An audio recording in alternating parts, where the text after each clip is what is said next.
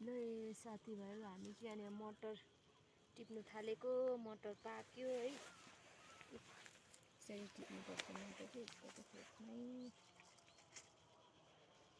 छिप्पिसक्यो नि त। आज चाहिँ हामी आमा छोरा मटर टिप्नु लागिरहेको छौँ।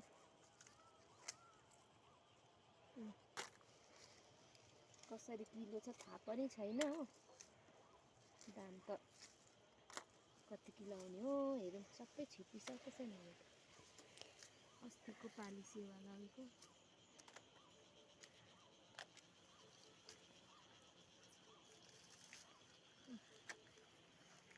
दामी छिप्दैछ है मटर त।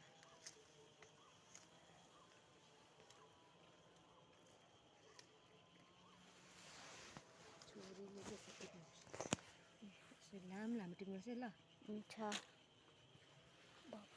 यो हुन्छ नि, यो यहाँनिर यसको यो यस्तो छैन यहाँनिरै हो। यसको फेदमा यसरी काट्नुपर्छ। यसरी फेदमा टुप्पोमा काट्नु हो।